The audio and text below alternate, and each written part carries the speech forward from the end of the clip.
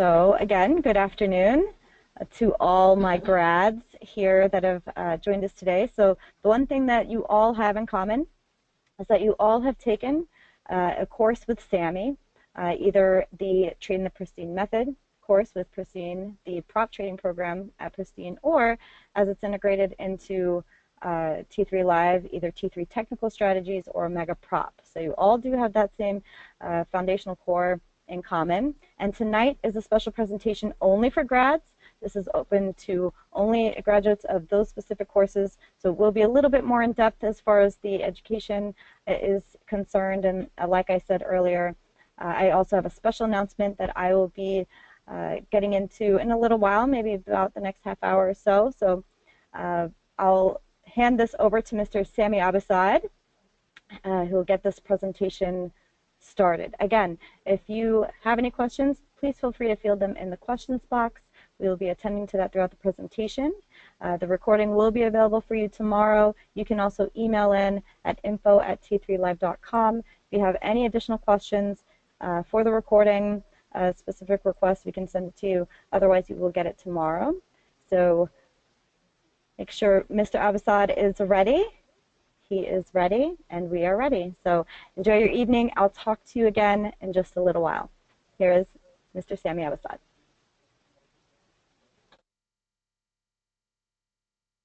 Hey guys, good afternoon. Sound check, please.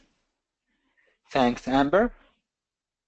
Yep. All right, great. You can hear me, right? Sound is coming through loud and clear. Yeah, okay, got you. It's just that it's scrolling down on my end. How's everybody doing? Hope you had a good day today and that you made a lot of money. I'm good, thanks, Marcelo. All right, let's get started. Today's topic is about some foundational fundamental information without which I don't believe anyone can really be successful. If you are a T3 or a Pristine student and you trade the T3/Pristine method, I don't think the information that I don't think you can be successful without honestly the information that's in here. That's why I called it top trading rules you need to know. All right. Before we get started, just a standard required disclaimer to let you know that trading is risky. In the beginning, most likely you'll lose money. That's why we recommend starting with very small size, and you work your, you scale up from there as you gain consistency and experience. The other thing I'd like to mention is that anything we discuss is just for educational purposes only, not to be construed as a recommendation to buy or sell anything, okay? This is, I guess, me. I'm the Director of Education and the Director of the Private Mentorship Program, and I run the Black Room. A lot of you are in it. We have over 250 members in the Black Room. I also teach the prop class, Emerging Trader Lab, and the T3 Masters program. Topics for tonight are as follows: the entry rule, the exit rule, spotting the end of the move, wide range bars, management rule, target setting rule, and moving averages rule. So again, very fundamental information. Can someone give me just type a 1? Just type a 1. I just want to make sure I'm scrolled all the way down. See, I'm not seeing it. All right, unless I manually scroll. All right, so how do I do this? Let's see. Okay, can you please type a 2? Let's try typing a 2 now. Yep. Okay. Thanks, guys. I appreciate it. But you're typing a 1 or a 2? Okay, you're typing a 1. Okay, I think I'm good now. I think I got it. All right. Before we get into the presentation, I wanted to share with you one of my favorite stories, which I picked up in a book some years ago. It's the story of the old fisherman. And I am sharing this with you because when I was starting out, whenever I learned something new, or important, I would almost feel depressed because I felt that, you know, I'd been trading for 2 years or however long, and I couldn't believe I didn't know that, and I felt like, my God, now it's too late, right? So if you're currently struggling or dealing with that and feel that way, this story is for you. Again, it's the story of the old fisherman who one day went out to fish, or when it was early in the morning, too early, and so still dark, and his foot hit upon something that seemed like a sack. So he picked it up. It was probably washed ashore from some shipwreck or something. And he opened the sack, and he could feel some pebbles in there. So he took those pebbles and started entertaining himself until dawn by flinging those pebbles far out into the sea, just to see if he could judge from the plop how far he sent the pebbles, right? Well, he kept at it, and when the day began to dawn, he looked into the sack and discovered that they weren't pebbles at all. They were actually, he discovered 3 precious stones. So the sack was filled with precious stones, and he didn't know it. Too late, too late, too late. Not too late. 3 precious stones left, right? Not too late. So there you go. I love this story because I know how I used to feel. And again, some of you probably feel this way today. And if you do, I think you'll enjoy this presentation because it has some basic rules that you can follow. And I'm sure, 100% sure, that if you follow these rules, you'll see a huge improvement in your trading. But also to tell you that it's never too late, as long as you keep making improvement, as long as you're making progress. Yeah, that's the main thing. Never lose hope. Okay? All right. The entry rule: when playing with the trend, the entry must be at or near the rising or declining 20. At least 80% of the time. There are exceptions, but at least 80% of the time. It needs to be at or near the trending moving average. So if you're playing long, it needs to be a rising 20. If you're playing short, it needs to be a declining 20. This sounds so simple, right? And yet, if, you know, when I review trades, you know, traders send me their trades to review, and I look at them, they fail this simple little rule 90% of the time, maybe. I look at it and it's not at the 20, far away from the 20. And when playing counter trend, the entry must be as far away from the 20 MA as possible, right? It needs to be, meaning you need to catch the top or the bottom if you're playing counter trend. The tip there says make the rule above part of your pre-trade checklist, right? If you use a pre-trade checklist, you can add a question to it that says, is the entry at or near the 20 MA, right? And this way you'll stay out of trouble. Let me show you some examples. Okay, this is obviously a downtrend, declining 20. Where is the correct entry? Where would you say is the correct entry on this chart? You have the price at the bottom. You have the timeline at the bottom, the price in the right margin of the chart. Anyone? Where is the right entry there on this chart? How many entries are there? Are there multiple entries? Some of you know this. I'm not afraid I'm scrolled up. Can someone just type anything? I just want to see if I'm scrolled up here. Yeah, not sure why. Okay, got it. You're typing a 1, or what are you typing? You're typing a 1. Okay, is that right? You're typing a 1? I'm not seeing. 1 second, please.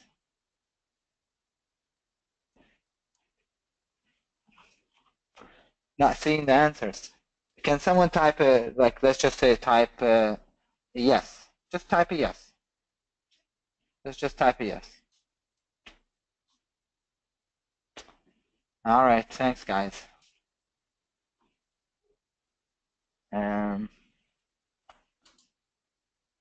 Okay, let's see if this will do it. Okay, I think, 1 second, please. Okay, I got it. I think I got it. I think I got it, okay? So the entry is right here, at or near the declining 20, at or near the declining 20, at or near the declining 20, right? If you have a downtrend, the 20 is going to be the area where you should get in. You don't get in here as the stock breaks to new lows. You don't get in there or anywhere other than at or near the 20 MA, yeah? Okay, we got that. This is obviously a counter trend trade. The stock was rising, was rallying, and I wanted to short it. So the entry, this would be the correct entry, somewhere here. Now, this is a 2-minute chart. The entry was actually off the 1-minute chart. So this is, the entry is not shown, but that's the area. Don't do this. This is a lower high that looked pretty good lower. I assure you it did not work. Notice you're playing counter trend. The stock is in an uptrend. Don't short it after it already pulled in a lot and reached the 20 MA. That's not the time to short it. Up there was the time to short it. Now, you might wonder, well, how did you know this was the top? Well, I know how, it's easy. A lot of you know the answer, and that's the wide range bar here and the big volume bar. See this? The volume spike. That told me this is the last batch of buyers that wanted in have just jumped in, which means no more buying, right? So that was the clue. All right, got it, right? This is a stock that I actually did, and it made $9 per share.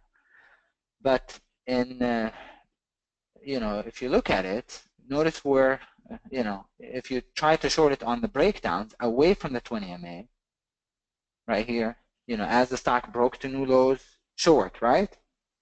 Nope, went back up. Short here, broke to new lows, broke support. Nope, went back up. Does that make sense? Where was the correct entry? The correct entry was, was here, on the sell setups, on the sell setups, on the sell setups. A breakdown is okay too.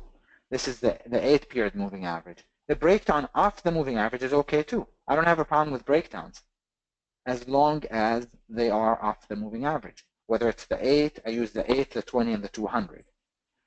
Whether it's the 8 or the 20, some people use the 40, that's fine. You can do that. But don't short it after it already dropped away from the 20 MA. That would be the wrong thing to do. And I used to do that because, why? Because I wanted to be sure that the stock was lower. I was seeking certainty, basically. I was seeking, comfort. I wanted to be absolutely sure that the stock was lower, so I would short it as when the stock made a new low on the day, under low of the day. And then, sure enough, after I got in, the stock would drop a little bit, and then, bam, right back up. Every single time. Every single time. And this is not just a carefully selected example. It happens almost every day. This is the novice entry, right? And then the worst entry there at the bottom, because the stock had already gone climactic. You don't short a stock after it's already gone climactic, okay? Simple moving averages is what I use. Sorry, if you asked questions earlier and I didn't see them, now I can. I was just, I was scrolled up, okay? No, this is, it says here, 2-minute entry. See this? That's a 2-minute chart. That's not a daily chart. This was a novice gap up, and it dropped $9. This was FSLR, actually. All right, great. Now, question, actually. Is there a question here? What's the name of this trend or pattern? What's the name of this trend? Anyone know what the name of this trend is? Yeah, Marcelo, power trend. Yeah, power trend. There is nothing more elegant than a power trend. It only takes one of these per week, really, not per day, per week, to make a small fortune. Yeah. People don't believe me when I say that, and really, I'm not gonna try and force anybody to believe anything. But that's the truth. You only need one of these a week. If you can find a power trend just once a week, and can you do that? Of course you can. You just need to look for it. And then this is what I call the 8 MA run, where the stock just trades off of the 8 or the 20. Either is fine.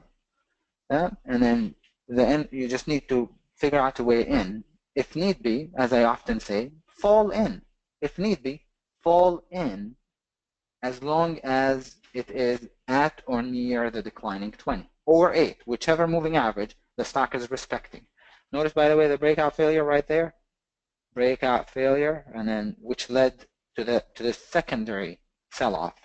So the first sell-off, the second sell-off came after a breakout failure. This is as close to free money on Wall Street as it gets, so to seize the opportunity. Uptrend also, I like to do the downtrends more than the uptrend, but uptrend was, this was phenomenal. So let's see here. Questions. Why did the entry fail after the last novice entry? Because the stock had already gone climactic. That's why it's a novice. That's why I call it a novice entry, right? Because the stock had already gone climactic. Okay. All right. So this is another one, right? And these are, again, every day there's something like this. Now, during earnings season, when there's a powerful gap behind the stock, then you'll find these every single day. Every single day you'll find a power trend. And you just need to figure out a way. So this one I played as a breakout, and then it turned into a power trend. You can just fall in, as long as you fall in, again, near the 20, not after multiple bars up away from the 20, you'll get shaken out, right? And then eventually, yeah, the power trend might break. Oftentimes it will break after some kind of acceleration or some kind of a spike in volume, not like this casually. Most of the time it will break only after some acceleration. August was my best month last year. Do you know why? Yeah, August was my best month last year. Yes, some of you do, right? If you're in the room with me last year, you know why, and it's because of Sunni. The stock has already gone bankrupt, filed for bankruptcy, I think, unfortunately. Otherwise, I'd still be trading it today in August. And I wasn't, I just took a few pictures and only included, I think, I didn't include anything under, I don't think I included anything under 7. But August 6th, right? Sunni, 9,900 bucks, 10,000 basically. 7th, the next day, this is 4,800, 4,900, 7 on the day. But most of it obviously came from Sunni, AKID, which was actually a nice play today. That was called in the room. They just posted the numbers in the room today on the AKID. It was really, really awesome. $1,000, but the rest of it was from Sunni. August 21st, and that's Sunni, 8,800, right? For the day was 14.7. The other one was TFM, I guess. And then August 24th was where's the Sunni? Here it is, 13.6. Yeah, Sunni that day. And then August 25th was my best day of the year last year. Not that I didn't have anything close to it, I did, but this was a phenomenal day, and that was the day, I guess, Sunni collapsed a little bit, and I just really hammered it, took advantage of it. What did I do? Power trend. So short, short, short, short. Every single time it went back to the 20 MA or the 8 MA as it was trading off of the 8.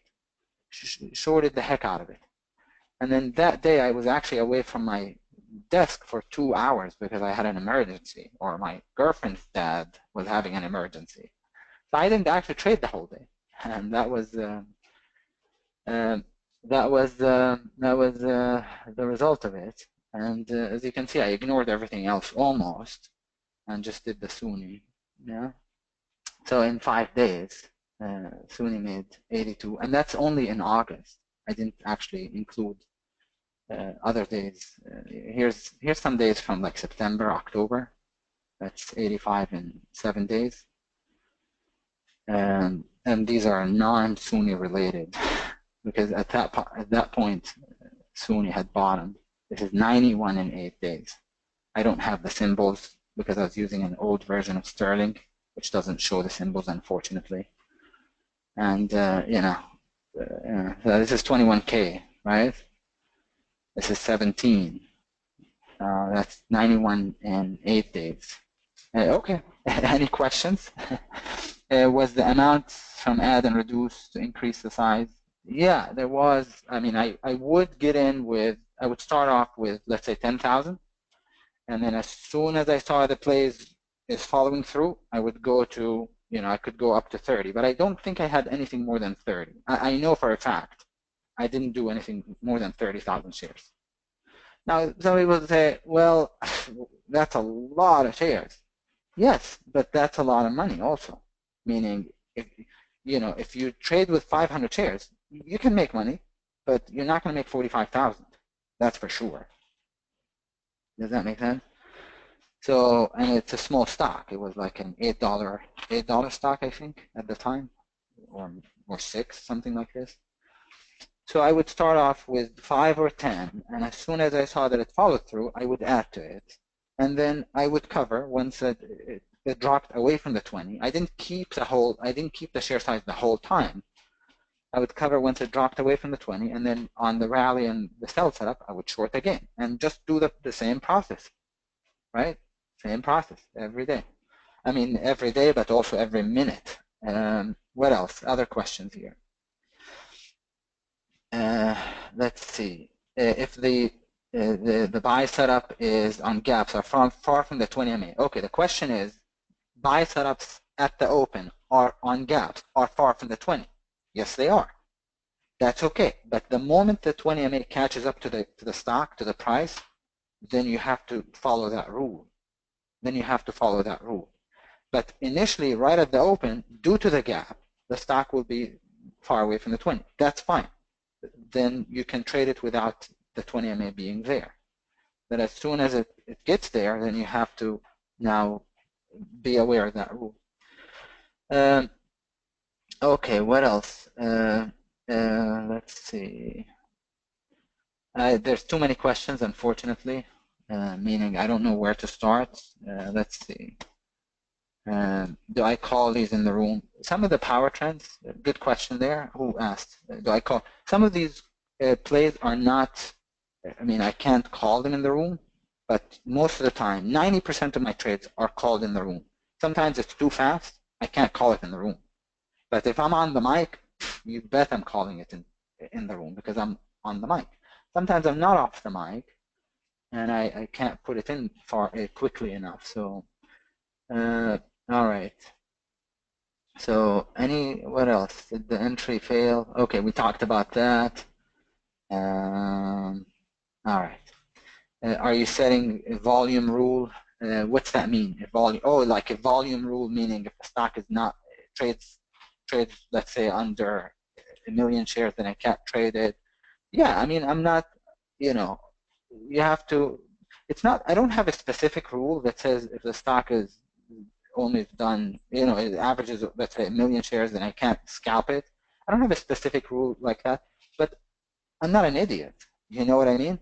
I can judge what's playable and what's not, and how much volume something can take, and how much, you see what I mean? I'm not going to get myself in trouble getting 30,000 shares on a stock that does 500,000 shares a day. That's actually spreading. Besides, even if I tried, I wouldn't be able to get filled. I mean, I wouldn't be able to get filled. So I don't have a specific rule that I can give you. My general suggestion is focus on the liquid ones, the ones that are not spready, and not just spready, but more important perhaps than spreadiness is the jumpiness. Sometimes a stock is a bit spready, but trades in a very nice controlled fashion. And sometimes it's not that spready, but it jumps. Every time it moves, it jumps 10, 20, 30, 40, 50 cents at a time. When that's the case, you can't really control your risk very much. So I stay away from these. So I try and stay away from the jumpy, crazy, spready stocks all the time. Every day I pass on things because they're spready. When you enter under the 20 MA and stock goes against you, where do you exit? That's a good question, Alex. I know where my stop is, right? So as soon as the prior bar's low gets taken out and I'm in it short, if the pivot fails, then I'm out. And then I start with small shares. This way I can add as soon as the play confirms. And when it goes against me in small with the smallest possible size. When it goes to my target, I have my biggest share size. See what I mean? So it totally makes sense. It should. When the play is going in my favor, I have the biggest share size. When it's going against me, I have the smallest size. All right. Continuing on. Sorry if I'm missing any questions. I assure you it's not intentional, but I got a bunch of questions there at the same time. Just ask me, repeat the question later. Do I have hard stops? I do, but when I'm doing a power trend, I don't need a hard stop because I'm watching the stock and I'm just focused on that. I don't need anything else. When I have something like this, oh well, I don't have the charts here. They're way back, so ignore. When I have a stock that's in a power trend, I'm not going to be worried about other stocks. So I'm just laser focused on that. Yeah, and I don't need a hard stop in the system. Okay, let's see here. The exit rule. Let's talk about that. Here's the concept. Most trends end in exactly the same way. The stock puts in a wide range bar followed by one or more inside narrow range bars. The stock then breaks under the low of the inside bars or the inside bar. It's often just one bar, and then begins to break down. So most trends end in exactly the same way. The stock puts in a wide range bar followed by one or more inside bars.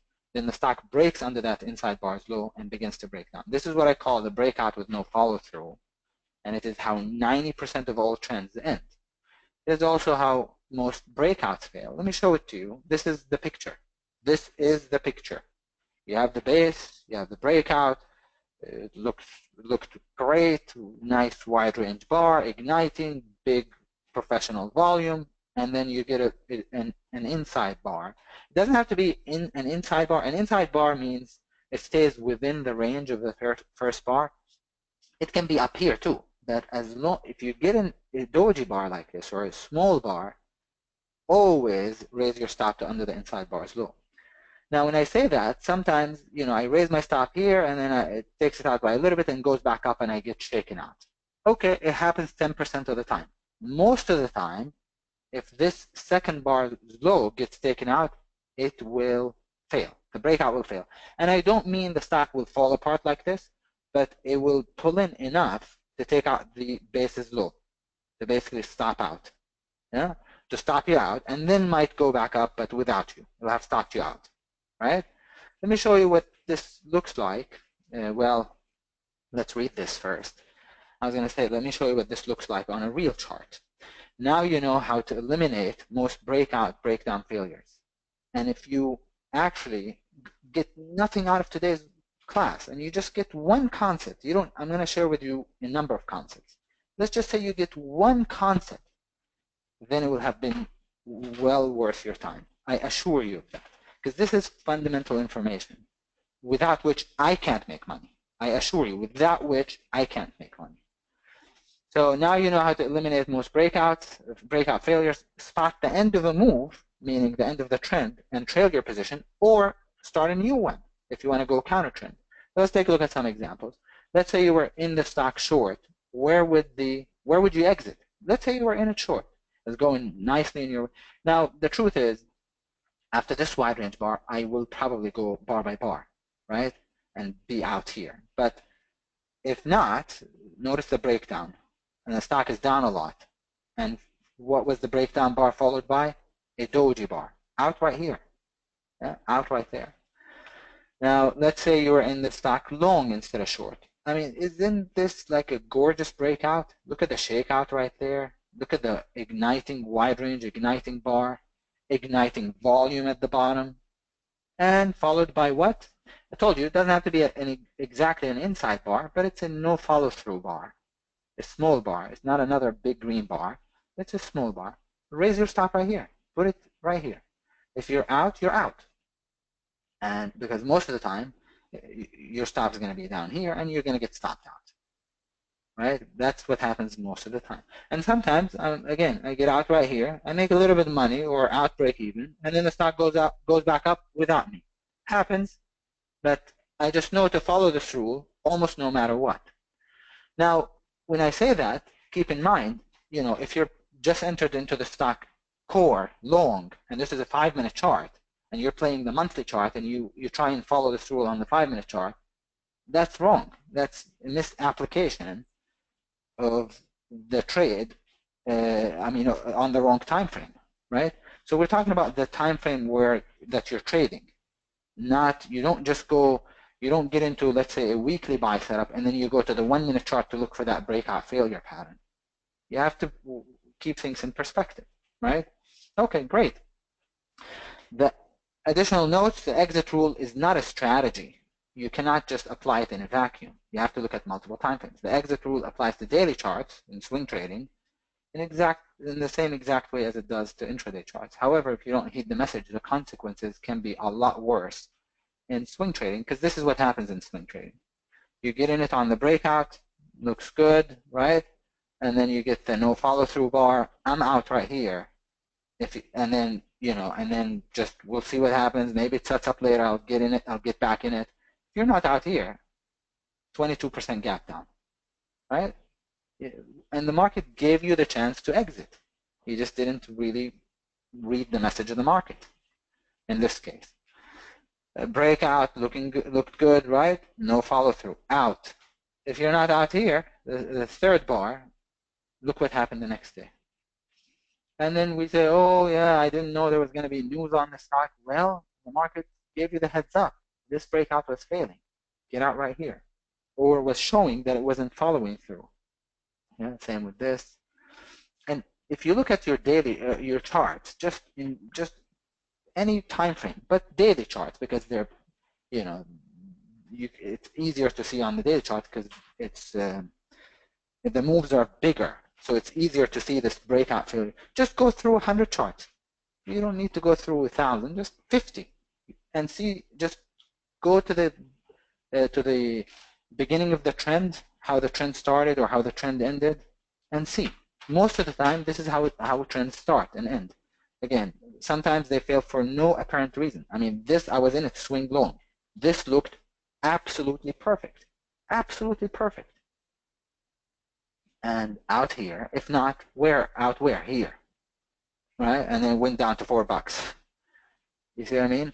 So sometimes the chart just looks incredible, and then it doesn't follow through.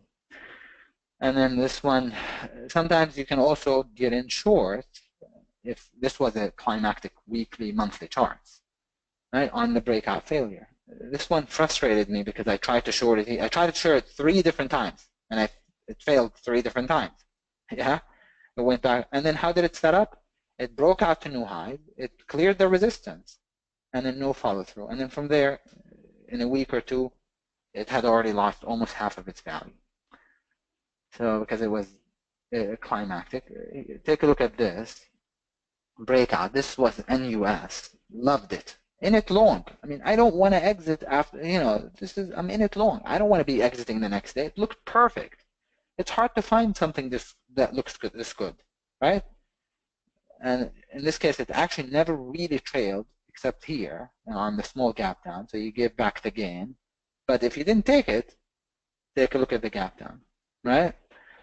That's listening to the market and not trying to force your own, not trying to force anything. Oh, but I worked so hard to find this and it looks perfect. I don't want to get out. Okay, well, you're gonna bear the consequences, so to speak. Yeah. Okay. The question is, why not enter after a pullback? Because here's the rule: is that if the breakout is picture perfect, take the breakout. Because most of the time, if the breakout is good, you're not going to get the pullback. If the breakout is questionable in any way, shape, or form, pass on that breakout and look for the pullback, right? And look for the pullback. If you get it, you might not get it, but at least you passed on something that was actually already questionable. In the examples that I showed you, this is a picture perfect breakout. I'm not going to pass on that. I mean, that is just picture perfect. Yeah, makes sense? Okay, good. All right. Now, let's take it a step further and use the exit rule, the breakout with no follow-through, as an entry tactic. Remember I told you, you can actually get into plays using this breakout, a failure play or setup that I'm teaching you, that I'm sharing with you. Down a lot, stock is pretty much climactic, and then breaks down far away from the 20. That's a long, right? That's a long and then out half, right? This one, this was a professional gap up on this day, the day that we're looking at here. You can see the gap, big gap. I'm not showing the daily chart, but this was a professional gap up, meaning higher. But instead of going higher, it came in down, down, down, down, down. Finally, breakdown, right?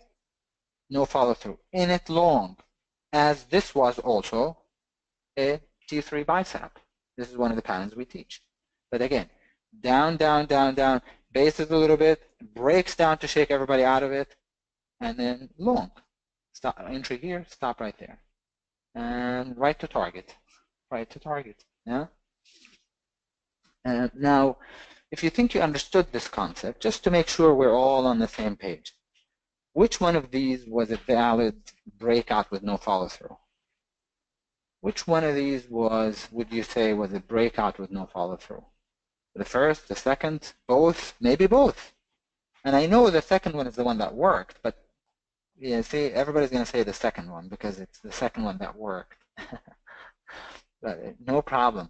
Yeah, no, only the second one was valid because the first one, here's the wide range bar, the big bar, followed by an inside bar.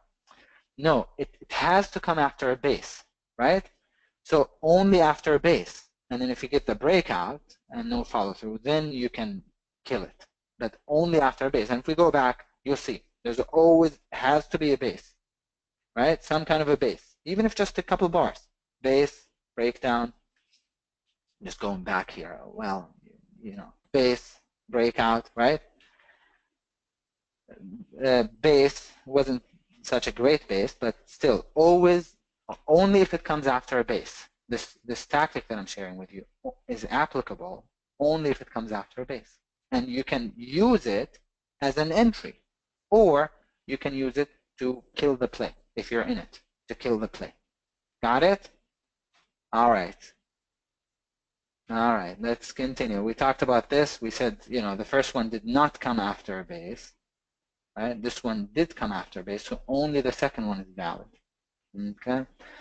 Now, you know, in this case, the stock was, the stock was climactic. Now, you know, I'm only showing you one time frame, so you can't really tell whether this was climactic or not. Just believe me on this. This was a climactic short. How did it set up? Base, breakout, followed by an inside bar, short, stop, and out. Continued lower, but that's the target. Wide range bar into support. You see what I mean? So you can use it as an entry. You don't have to just use it to exit a play or kill a play. You can use it as an entry. Wide range bars. Wide range bars are only significant if they are followed through on by a second bar.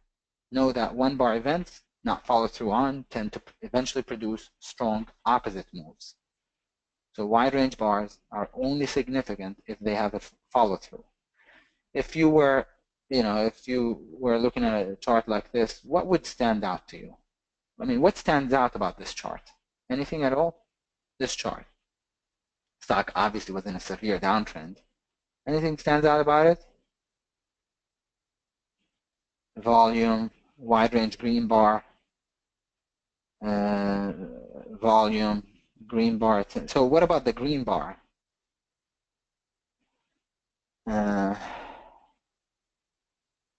1 second, please.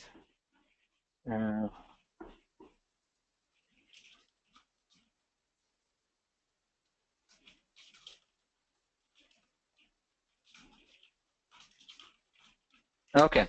All right. What stands out about it, to me, is the fact that the green bars produce no follow-through. Yeah? the wide range green bars had no follow through. So the message is, despite how seemingly powerful these wide range bars looked, they were to be ignored. That only tells you or shows you how weak the stock really is. If these incredible wide range green bars, huge volume, 9 million shares, and the stock went up 40%. This was a 40% rally, 42, I think. And then the next day, no doji bar and then lower. Here, look at this. Wide range green bar, big bars. No follow through, no follow through, no follow. The lack of follow through, the more bullish the bar is, the bigger the bar, the more bullish it is, the more volume it occurs on, the more bearish the stock is or becomes if that bar is negated. You see, you got that? If the bar is negated, it only shows you how bearish the stock really is. All right? So wide range bars, contrary to common belief, are nothing. It's not that they're nothing. They are important. They are the footprints of institutional traders and big money, but only if they produce follow-through. If they don't produce follow-through, then they're not real, so to speak, or they're not that as significant as people make them out to be. Okay? And big money can be wrong in a big way too. Not only novice people, but big money can be wrong in a big way too. Don't forget that. All right, just like the VRX, exactly, just like the VRX.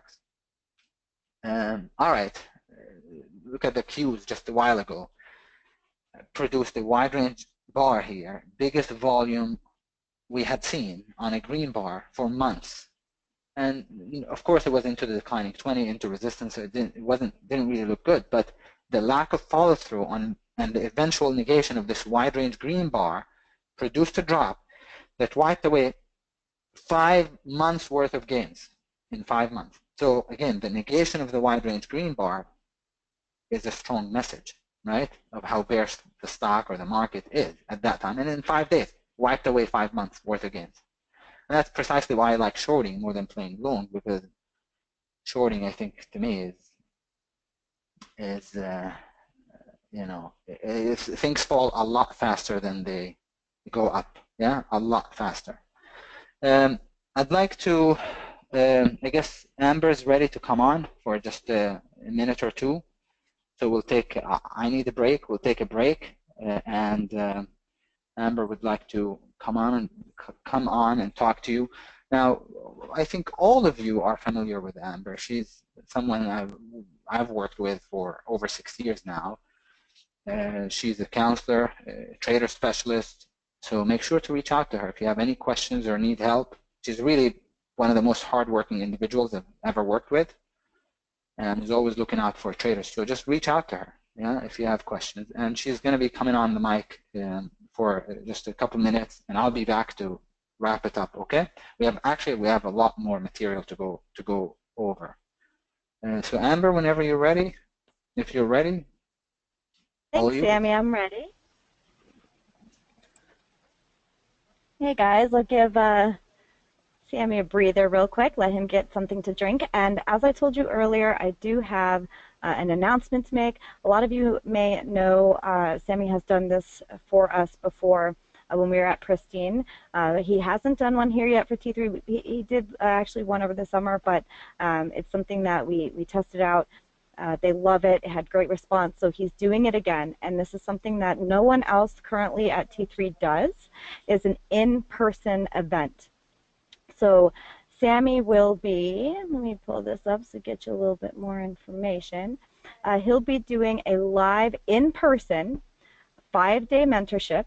So you can sit with Sami as he's trading, as you're trading for 5 days, and get everything evaluated, from how your platform is set up to how to scan. I know I had only taken the mentorship with him 1 day, and that 1 day was we went over scanning and how he uses the different thumbnails to cut down his scanning time. And I'm telling you, I had never saved so much time and energy than just what I learned in that half a day with Sami when I took his mentorship.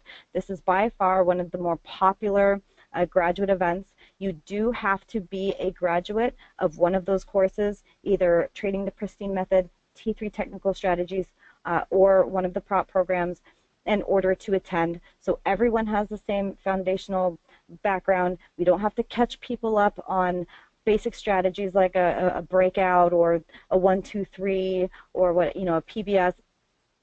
Everyone will have that coming in. So it's more on taking the textbook material and applying it to professional routines and implementation. So you guys can see my slide here. If I can get a couple yeses. Perfect. So as you see, he will be doing this event in Chicago the week of February 27th through March 3rd. These are full days. Every attendee will have a computer with 2 monitors. You will be trading on your own platform, so it is live trading. In fact, one of my attendees that comes every single time, he actually travels in from Israel to attend. And during that week, he made $20,000 in trading during the mentorship. So you definitely have the opportunity to make some money. You can bounce things off Sami, see how he trades. He has these huge 40-inch screens, so you can definitely see how everything's set up. And then he goes around to the individual attendees and make sure your platform is proficient. Make sure that your scanning time is down. Make sure that you know, you have your pre and post market routines down. It's definitely, like I said, one of the most result-driven programs, graduate programs that we have here in Chicago. We're in Chicago. Actually, Dawn, it will be, there's a learning center. I'll send you the address. I'll put it here in the chat once I'm off the mic. But we only allow 9 attendees. We currently have 2 spots filled before I even made the announcement. So there's 7 seats remaining. We do give the discounted price as an early bird enrollment through the end of the month if there's any space available. I do have 2 other traders that are going to let me know by the end of the week if they wanted to attend. So again, this usually fills up very, very, very quickly, especially at that price. I've seen mentoring for, you know, an hour a day over 2 weeks be upwards of $5,000 to $6,000. So to be able to sit there with Sami all day for that week is, honestly, it's invaluable to your career. Richard, I know. Actually, so Richard brings up my misspelling of regular. I blame my husband. That was definitely a Kurt Capper move. Just kidding. But yes, he will be doing this event. It does sell out very much in advance. We will be working on Eastern time, as one of you asking what are the times. We'll be working on Eastern time. So your first day is going to be platform setups. So you'll come in, log in, he'll help you with the platform, go over some trading plans, also talk to you about your individual style, strengths and weaknesses, really evaluate all the traders on day 1. And then day 2 through 4 is the live trading. Also, I know that usually the group gets together a couple nights, so it's whatever you need. It's very individualized by the group every time. And like I said, it's had amazing, amazing results. In the 6 years that I've been working with Sami, he would do these before 3 times a year. There's never been one time that someone attended the mentorship and did not come back and say, my eyes are completely reopened into not only the markets, but my strategies, how I use them, how I go about my trading day. It's made some of the best traders in our room that were regular attendees or subscribers to the room. Now they give out some of the best ideas in there. Some of you may know Taylor. She was one of those. Ryan Schaefer, he went on to create our trade tracking journal that we now offer. Like I said, another one comes from Israel every single time, made $20,000 that week. I even know Sami had done one. He had made $15,000 in trading that week, and all 9 attendees were on there with him. So it's definitely an amazing opportunity. You can make your money back or even more during the mentorship. So I would definitely, if you are able to get away for a week, this is something you don't want to miss. I don't know when it'll be in the central time zone again. I would assume it'll probably be next year because we alternate the coasts. So if you're anywhere in the central time zone area, you definitely don't want to miss this. let me just ask her a couple questions. How many of these a year does Sami do? He does 2 to 3, usually East Coast, West Coast, or Central. He did one in New York in July. And usually I probably think he'll be doing, California sometime this year. But this is the only one we have currently scheduled. Do we use our own trading platform? Yes, you can use your own trading platform. That is ideal, just so you're, apples to apples for what you're doing there to what you can take home. If by chance you don't have an active platform, we can provide a demo for the week. The 40-inch monitors, Rick, Sami's going to have 40-inch. I think you have 22-inch.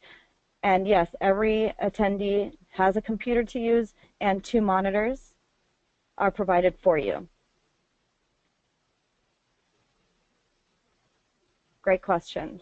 But yes, I can also find, there's some hotels in the area. We can send you that information. I usually can get some good deals around that area. So if this is something that you're interested in, again, it usually sells out very, very quickly because of the, the tight attendance. But we want to make sure that instead of opening it up to 50 people, and just watching him trade, that he has the time to go through, give individualized attention to each one of your trading situations, and make sure that you're on the right page going forward. Another question here. Yes, it is normally $49.95. We are giving the discount for it being enrolling 2 months early. After the 31st, the price will be going up. So it's a great time to take advantage of it. Also, with the year end coming, I have known this for education to be sometimes tax deductible, although I cannot give you tax advice.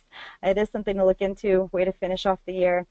We really hope to have you there. And if you have any questions, you can email in info@t3live.com. Go ahead and give us a call at 888-998-3548. And we'd be happy to get you. I know we just have a couple more questions, and Sami's going to come back on and finish his presentation. Is the event venue easy to get to? Yes. So it's in downtown Chicago, so there are a lot of hotels in the area. We've had it at this venue before, and everyone was within walking distance, so it's very, very close. Another one here, non-U.S. traders. Yes, non-U.S. traders, you're more than welcome to come. Again, I think the last mentorship I had one from Israel. I had a gentleman come from South America. I had 2 in various parts of the U.S., so it doesn't matter where you live or where you are. You're more than welcome to attend. Is lunch provided? Lunch is not provided, but I know Sami usually takes out the traders for dinner a night or two, so there's definitely some opportunity there. But there's always, you're in downtown Chicago, you can find a hot dog or pizza stand around any corner. In fact, hold on, this just in from the CEO. He says, yes, we will provide lunch. You come hang out with us for a week, we will get you lunch each of those 5 days. And I think Sami would even still take you out to dinner. Whatever we can do to help. One more question. I've taken Sami's mentorship. Oh, great. Welcome back. Yes. Honestly, I've had a few traders that have taken it multiple times. One of them, again, because he made 20 grand, so hey, he's bought it for a couple times, wanted to have more opportunity to do so. And I had another trader that came in a different market condition. So they were, she was about 1.5 years into her trading. So she was just getting some strategies together, just starting to build her trading plan. She wasn't new to trading, but she was new to this style of trading. She was more fundamental and was getting into technicals. So she took it right there at the beginning, right after she had taken her first Train the Pristine Method course with Sami to start things off on the right foot. Then it was about 2 years later, she took it again once she had really formulated her plan, got comfortable with the strategies, but now she wanted to take what she had learned over that time and bring it to the next level. So it doesn't matter your experience level, how long it's been since you've taken a course, or if you're in the room with Sami, really all experience levels. We just do have that prerequisite, so no one's time is wasted. If you're going to pay this kind of money to go to an event, we want to make sure that every minute is worth it to you. So we want to have that foundation in. But again, you're surrounded by not only Sami, but other amazing traders, all like-minded, all technical traders. So not only do you learn from him, but you learn a lot from other traders as well. Why Chicago? Why not LA? Great. Alex, you know what? Because we do have, we try to make it to the three coasts. So we've had it in San Francisco, we've had it in Texas, Miami, New York, LA, Chicago we've actually done before, and it was one of our more popular. So we had a lot of requests to bring it back here, and that's why the 2 seats filled up before it was even announced.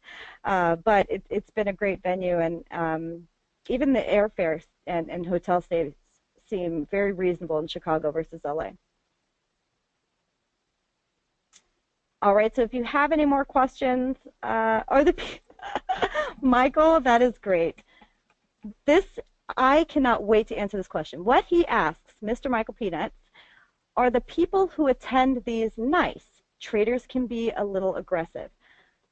The reason why this question stands out to me is because even when we transitioned to T3, when we were with Pristine, Sami and I, for many, many, many years, we transitioned to T3. And one of the things that I heard from most people, not only other room attendees, but all the employees, everyone at T3 is, oh my gosh, everyone in the black room is so nice. And I am not kidding, so nice. Our graduates have been cared for over the years. They feel that they're listened to. They've been helped. We have the most amazing supportive group of graduates and room attendees of anywhere I've ever seen. Yes, traders tend to be aggressive, 100%. But for some reason, those that have been supported by us over the years are the most kind-hearted, caring group of people. So I absolutely love you all. I've worked with many of you for many, many years, but if this is not something you have to worry about them being aggressive, you're all here for the same purpose, to help each other out, and I'm telling you, it's an experience that you'll enjoy. I've even had some people make friends and keep in contact after the mentorship, so no worries there. Yeah, we're the most polite. You are. You really are. And I'm not kidding, Alex. I hear it all the time. They're so nice. All of you are so kind, and it's absolutely true.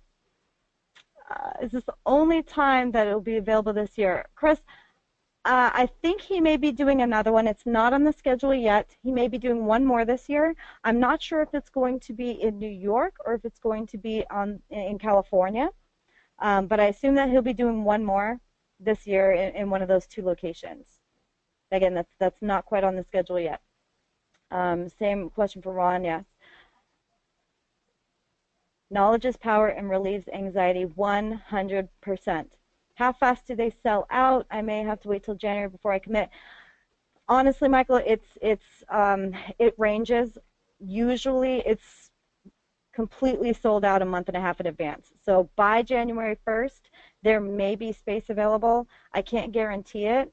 But like I said, there's 2 that are enrolled. I have 2 that are letting me know by Friday. So, that leaves 5 spaces left, and that's just the ones I don't know about. So if you know that you're going to do it, I can pencil you in.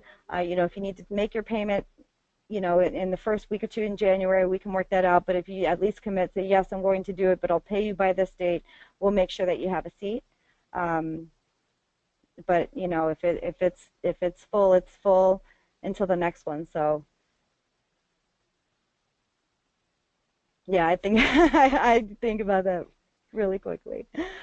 All right, guys. Well, I don't want to take too much of your time. I know that Sami still has some of his presentation to get through. Still a lot to learn.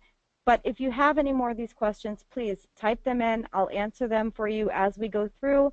And you can also email info@t3live.com or call us. If you want to reserve your spot tonight to make sure that you have it, please email us in. Say, I'm reserving my spot. I'll pay you tomorrow, or I'll pay you, by Friday, whatever it is. Payment does 100% reserve your spot. So if you're saying I'm going to pay in 2 weeks and someone comes and says I want to pay you today, I will call you and say, it's still yours, but we got to get that payment. So again, because this is such a reserved a group and such a small size and so individualized, we do have to be a little stricter on that, and I'm sure you understand. So no problem, Rick. All right, guys, I'm going to send this off to Sami if you're ready.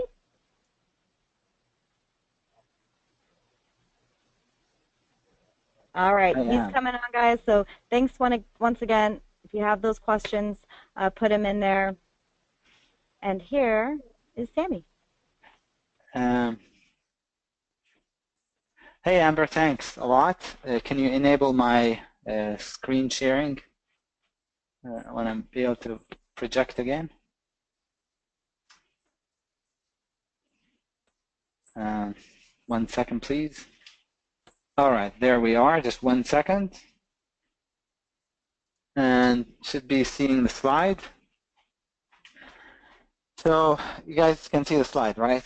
So we talked about the breakout failure pattern. We talked about wide range bars. We're going to take it even one step further and talk about this management rule, which is, I would say, one of the most important things that I've ever discovered. Probably the single most important trading rule that I discovered. And I didn't really discover it. It was actually written in a book about 100 years ago. And I'll share that with you in just a minute. The concept: take the small money the market makes available, or hold until the real target is reached. But do not, and I repeat, do not make the in-between management mistake, right? So if you want to take the small money, fine, take it. If you want to hold for the bigger target, do that. But don't do the in-between. You might be wondering, what's the in-between? I'll share that. I'll go over that with you in a few minutes. Let's read this from Reminiscences of a Stock Operator, which is one of my favorite books on trading. I sometimes think that speculation must be an unnatural sort of business because I find that the average speculator has arrayed against him his own nature. The weaknesses that all men are prone to are fatal to success in speculation. The speculator's chief enemies are always boring from within. It is inseparable from human nature to hope and to fear.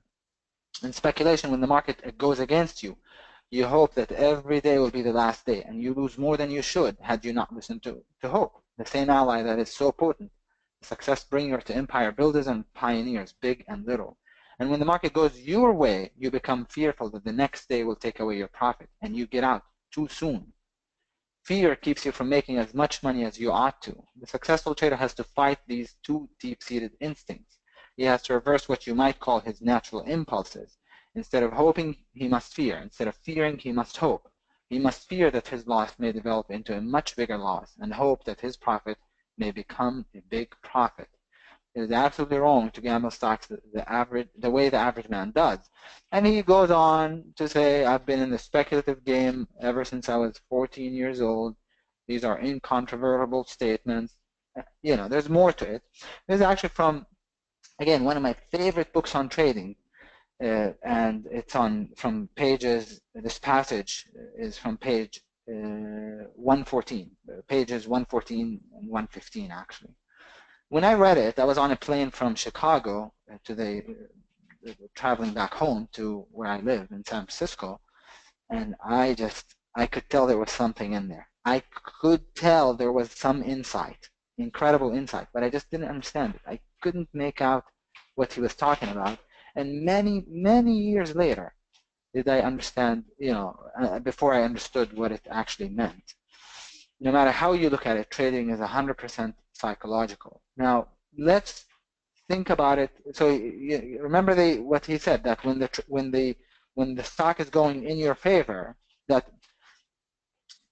there's two deep-seated instincts, hope and fear, right? And when the trade is going in your favor, most people start fearing that they're going to give back, that they will give back their profits, and they get out too soon, right? Fear keeps you from making as much money as you ought to. And when the trade goes against you, you start hoping that every day will be the last day, and that you start hoping that the market basically is going to go back up, and hope keeps you in that losing position longer than you should. So let's see what happens when the trader is operating out of fear. So he's saying fear and hope is what the two dominant emotions, or he calls them deep-seated instincts. let's see what happens when the trader is operating out of fear. This is a very nice, what's the name of this pattern? What's the name of this pattern? Anyone? What's the name of this pattern? The buy setup, a T3 buy setup, or a PBS, as some of you know it, right? A PBS. That's the entry, and that's the target. We all know that. If you don't know that, right, then there's something wrong. Nice move. Nice move. Now let me ask you this. Is the play at target? Is the stock at target? Yes or no? Just yes or no. I know it's close, but it's not quite. Okay, no, right? It's not a target. Now, when you get this bar, what happens? What if you were in this play? How would you feel? How would you start feeling after you see this red bar? Yeah? How would you feel? Scared, nervous. Why? Queasy. What else? Sad, nervous, tagged out, fear. So why? Why all of a sudden you're feeling all of that? Don't want to lose. Anybody else? You don't want to give back your money, right? You don't want to give back your money. So all of a sudden, this one bar generated all of that emotion. And I'm just reading your comments here, right? No, even if it didn't engulf the prior bar, all of a sudden we all would start feeling uneasy, to say the least, right? That we're gonna. So you start paying an inordinate amount of attention because of your fear, because of our fear. This happens to me too, to this day. Because of our fear, we start feeling really uneasy about the trade, and we start paying an inordinate amount of attention to the red bar, right? To the red bar because of our fear, and we end up getting out of it, right? Or, as the case may be for a lot of you who are a bit more knowledgeable, a bit more disciplined, and have a rule about not getting out unless the play reaches target, some of you would say, well, I will hold. Not quite a target. I'm going to hold. I'm going to be disciplined. And then the play comes in more. And then comes in more, and now it is at or even below your break even, and the play was up $1,000, $2,000, or whatever the amount might be. How would you feel now? How are you feeling now? If it were me, I would be saying to myself, darn it, I can't believe this has happened to me again. I almost reached a target, and here I am trying to be disciplined, and I get punished for my discipline. No good deed goes unpunished, right? And I get penalized for and then I get out. And then you exit where? Here, because it's near break even, or it's break even. And then, of course, rising 20, the trade goes right to target, but without you. The insidious thing about fear is that it narrows our attention onto the object of fear so that we end up doing the same thing we're trying to avoid. You're trying to avoid losing or getting out of the trade, and exactly that's what happens to you because you are operating out of fear, right? You're operating out of fear. So you end up exiting. Okay, now let's see what happens when the trade goes against you and the hopium kicks in, right?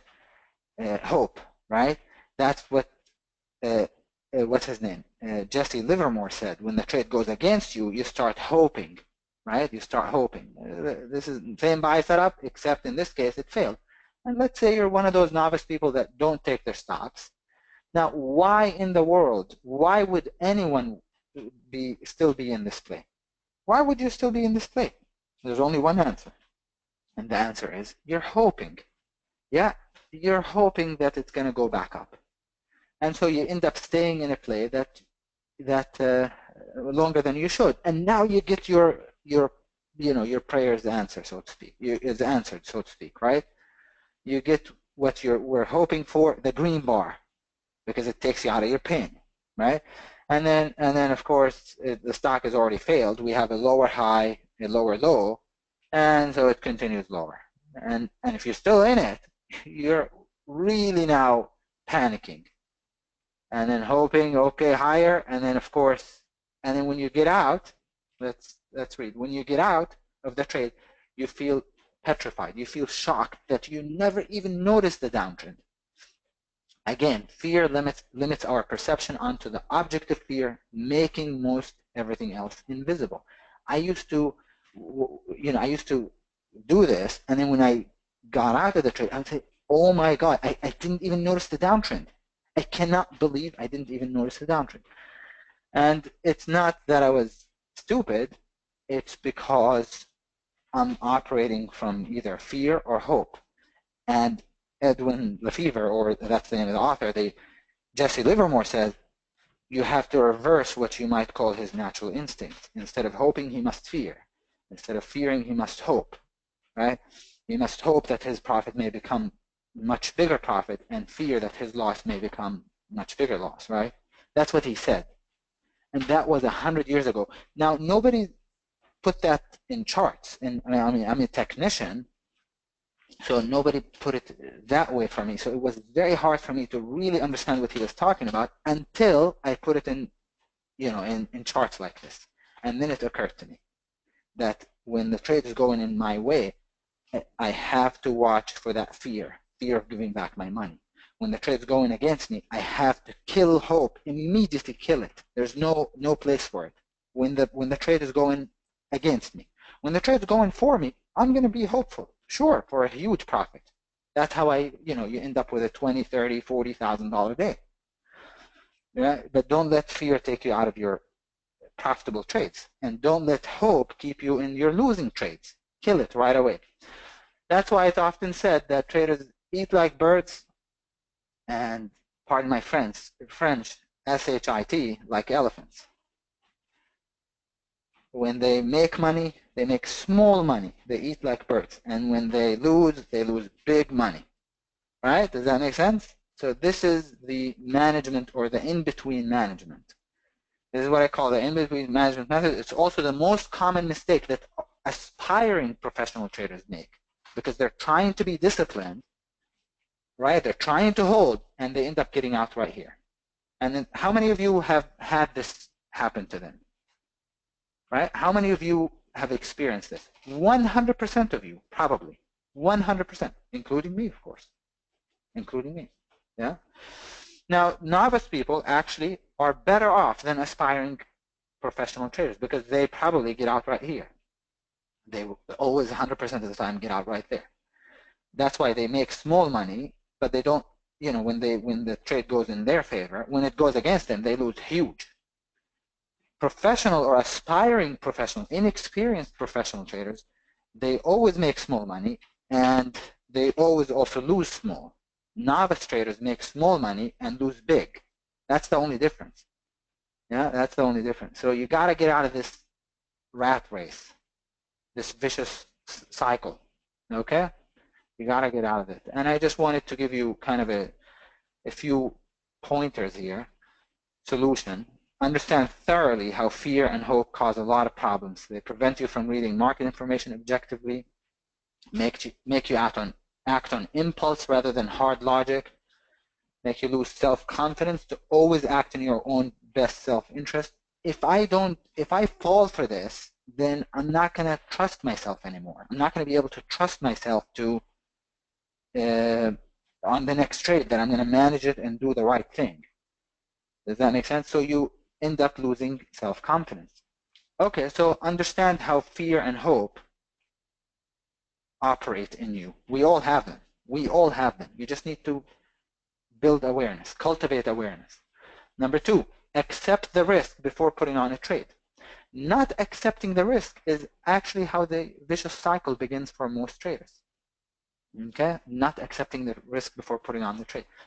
Stop perceiving market information as either painful or happy information. Read it objectively, regardless of whether you're in the play or not in the play, as much as possible.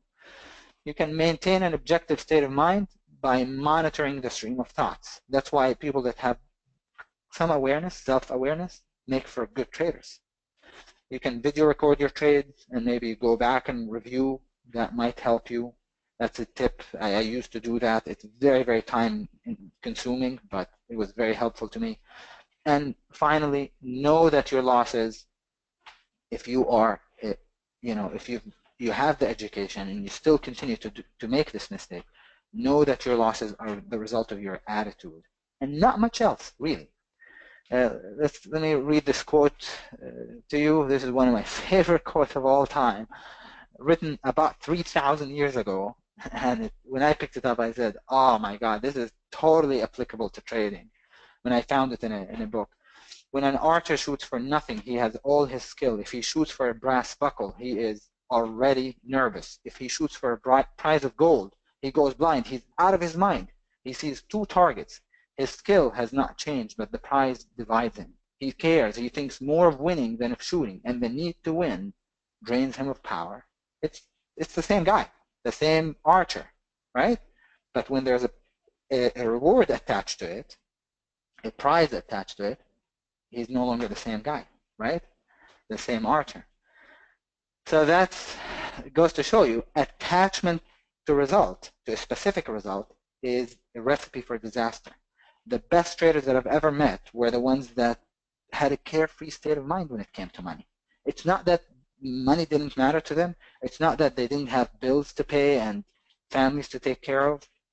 No, it's just that they approached it with a carefree state of mind, knowing that, trusting themselves, knowing that that they will always act in their own best self-interest, that they will always have the discipline to follow the rules. All right? Okay. Are there still time? You look at losing trade and wonder what did I see? Okay. Oh yeah, of course. You're asking me basically. Are there times when you still look at it, losing trade, and wonder what did I see there? Of course. I still make mistakes, no doubt about it. I have a lot more information, but I may have to skip some of it. The target setting rule. The more bars, the bigger the bars, the bigger the volume, and the faster the stock pulls back. The existence of any failure patterns. We're talking about a pullback pattern here, but really any kind of if you're looking at, let me get my pen. So if you're looking at a pullback, here's a pullback. I can't draw. Yeah, here it is. So you're wondering, where should the target be? Is it the prior pivot high? Is it below it? Is it above it? Well, just know this. The more bars, the bigger the bars, the bigger the volume, the faster the stock pulls back, the existence of any failure patterns, the more trap traders. The more overhead resistance, the more likely this buy setup will fail. And if it doesn't fail, the more likely it will fall short of reaching target. Okay? So that's the rule, is you have to look at the prior pivot high and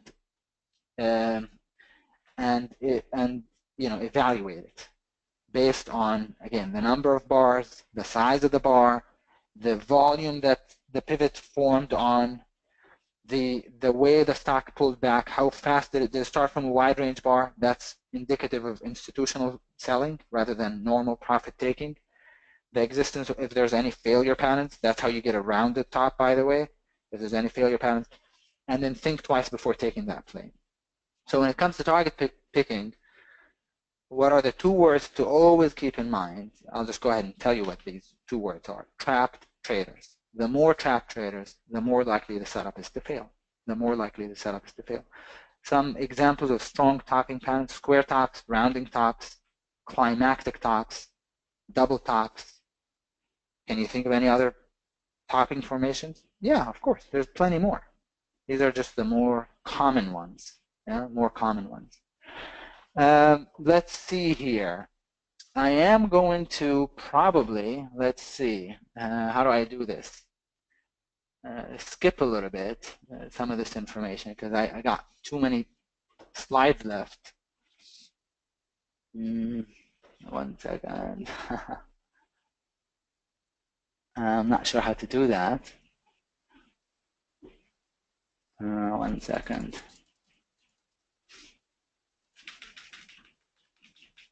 Okay. Okay, just if we were to, let's talk about scanning for a little bit. If you were scanning for plays, right? What are the two things you should be looking for?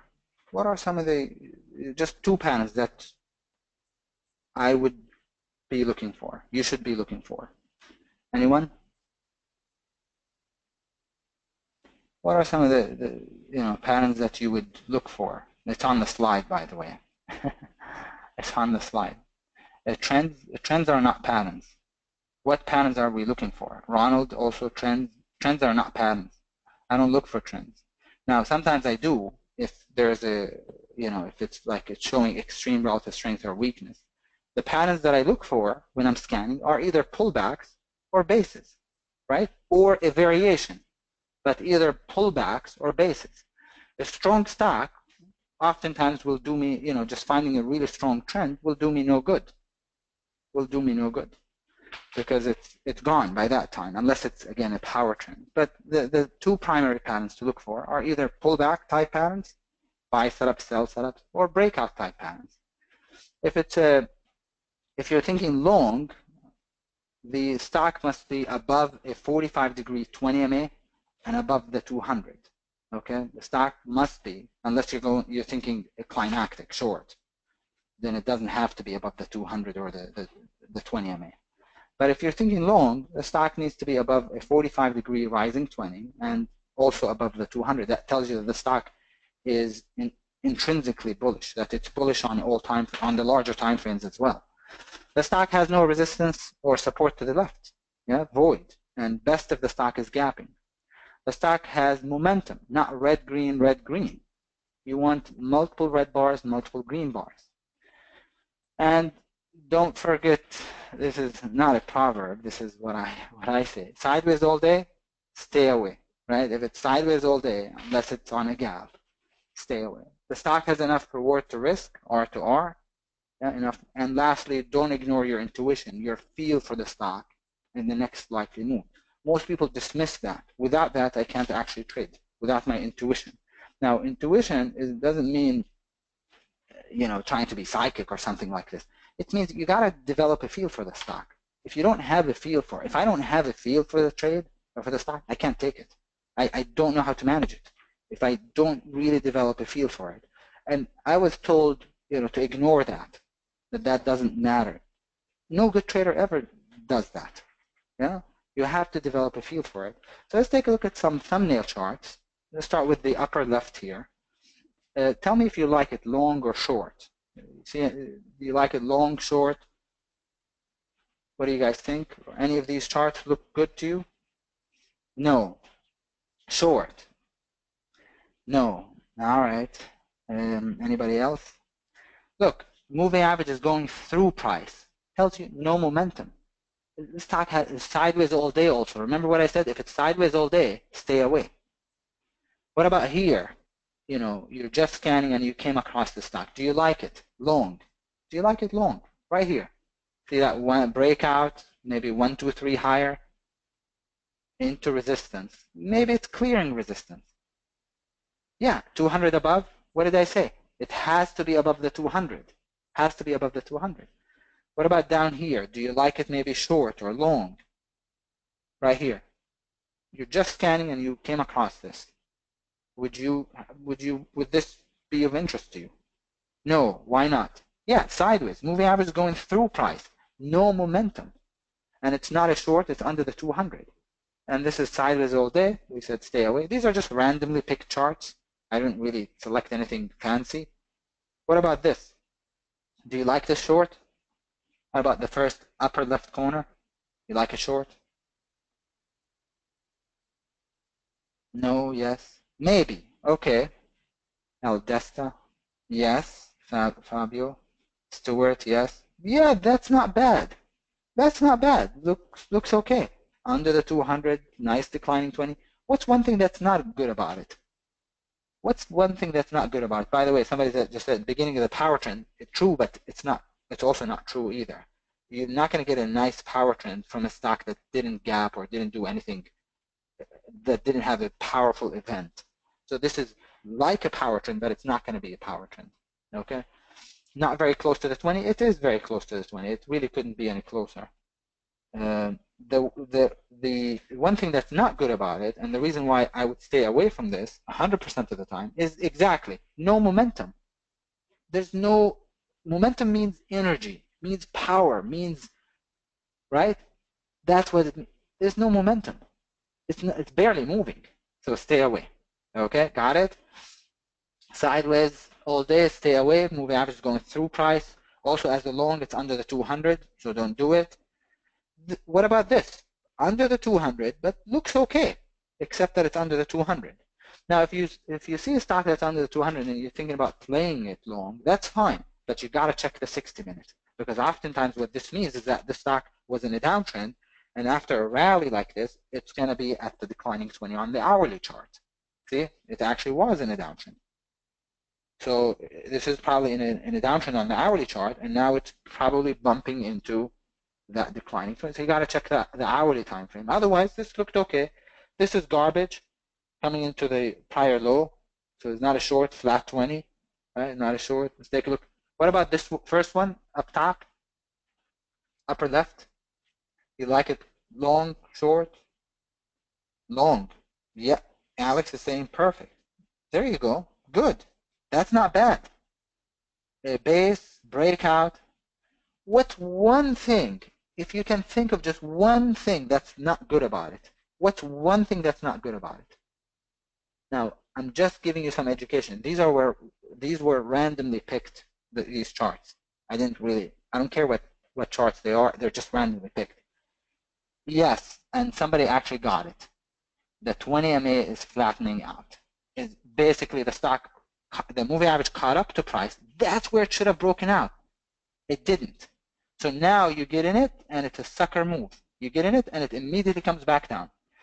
So when the moving average first catches up to the price, and it doesn't break out, what must you do? What should you do before you play it? You know what you should do? I'll tell you what you should do. I just need to get my pen out here. Wait for what? You're going to say wait, of course, a lot of you, but wait for what? Right? Wait for what? The power angle. No, here's what you wait for. Is if you have a stock that's basing, and then let's just say the moving average catches up, and it starts to flatten out a little bit, don't play the breakout here. It's going to fail 9 out of 10 times at least. It's going to fail. So what you wait for is for the moving average to flatten out more, and then to get that late day breakout. Stock is still going to continue to go sideways through the moving average, and one of these times, the moving average is going to halt it, is going to capture it, and then you're going to get that explosion of the newly rising moving average. And that, my friends, is called, does anybody know what this concept is called? It's actually a play. What's the name of this play? Anybody know what that play is called? So this, believe it or not, as good as this looked, was no good. The catch play, the late day breakout. That's exactly right, Connor. Only Connor has the right answer. It's actually called the late day breakout. Is when the moving average flattens out for a while. But don't do it right after it actually started going flat. This is obviously under the 200, so can't do it. Is this good? Above the 200? Of course not. At minor support. Does anybody know what this chart looks like on the larger time frame? I'm talking about the lower left corner. Lower left corner. Anyone know what that actually looks like? That's exactly right. That's a buy setup on the larger time frame, on the hourly chart. This looked pretty good, except for the moving average going through price. Yeah, so that's what's not good about it. So you let it go, and then the 1, 2, 3 long, or you wait for the secondary entry. But the moving average is going through price, so this breakout is not going to be good. And then more examples. Moving average is flat now, so you can't do it. Long is short. I can't do it long because it's bearish. I don't know about this one.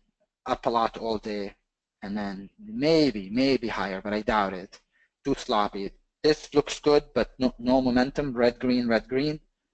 And this is trying to break down. Stay away from this pattern, right? This is basically not a downtrending stock that just is going to suck you in. Sucks people in and goes right back up.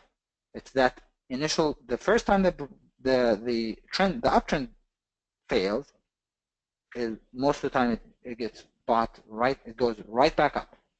Yeah, unless there's a bearish event, like a really bearish event up here, and there isn't. I don't see it. A lot of you might be thinking right now, "Wow, this is too much." Yeah, well, you know, you have to be excellent. You have to be expert at chart reading before you can be rewarded for that. If you think you're just gonna wing it and get away with it, unfortunately, that's not gonna happen. Unfortunately, I'd love to just wing it and make a lot of money. It's just not going to happen. You have to be really, really good at chart reading, and then you'll be rewarded for that, right? Okay, and you know, this is just another nice quote.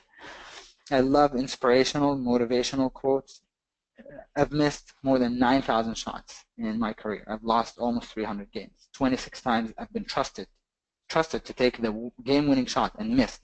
I've failed over and over and over again in my life, and that's why I succeed. And that's Michael Jordan.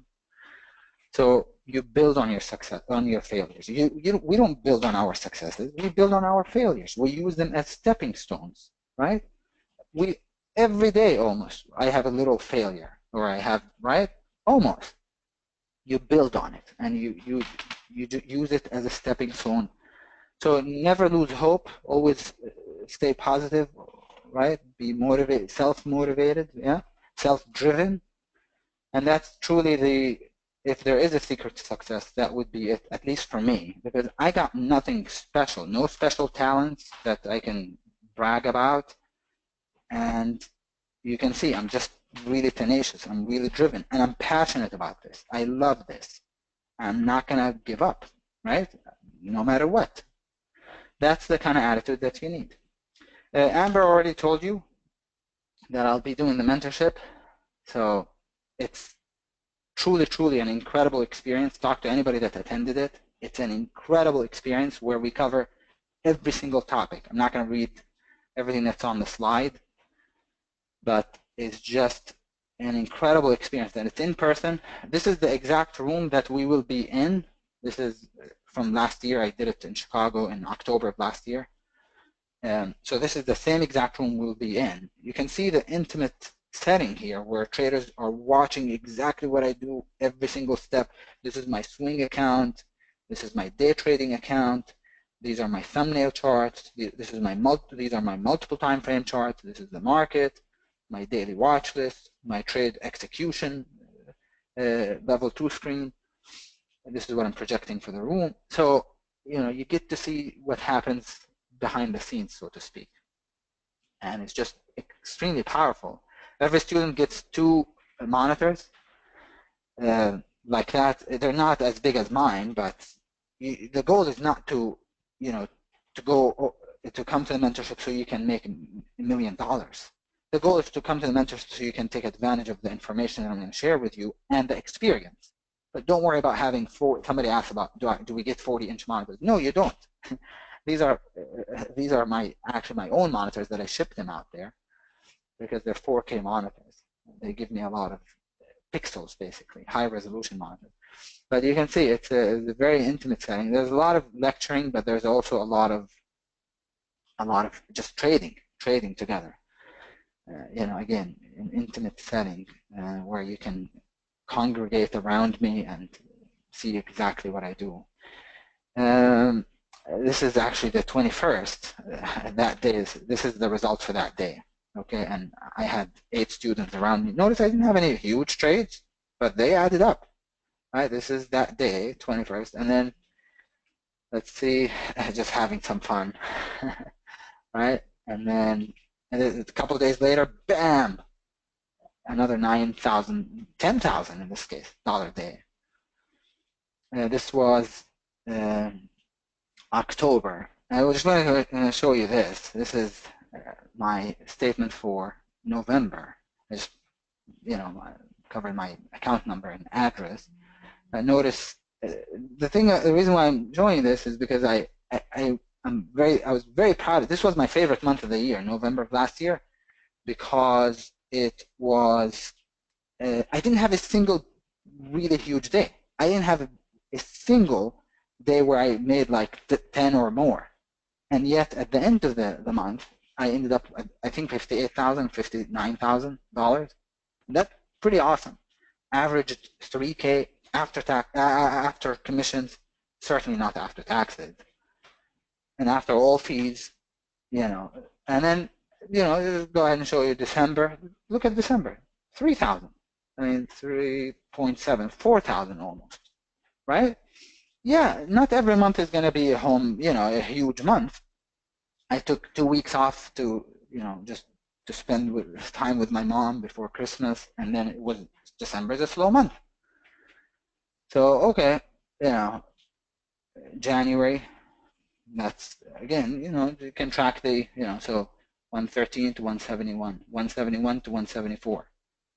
So that's 174 to 215, 41,000, that's January.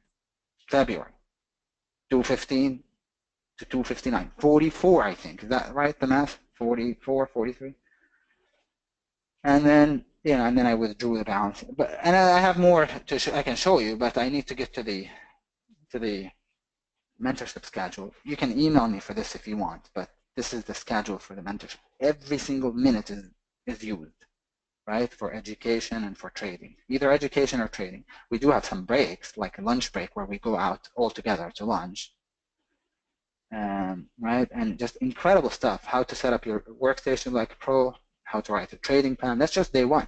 Introduction to gaps, the gap strategy lecture, introduction to swing trading, my favorite setups, and I give you a handout for every single main topic, basically. Day two, again, just jam-packed with information. Day three, right?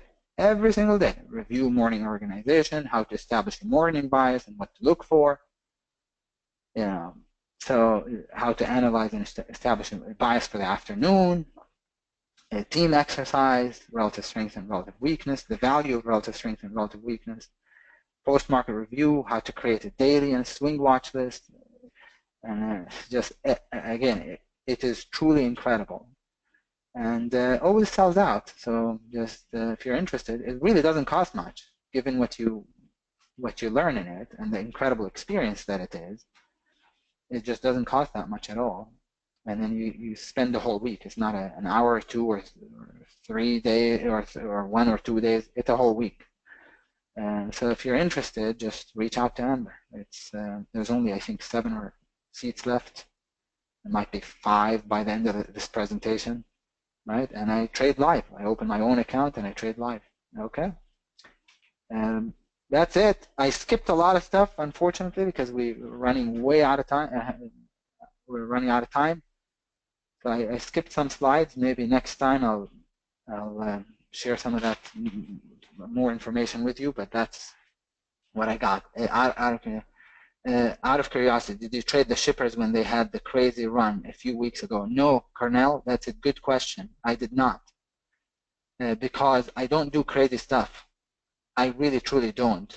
And then when I would have maybe looked at shorting them, but they're hard to borrow. They became hard to borrow. But the truth is, the drives, what did I tell the room?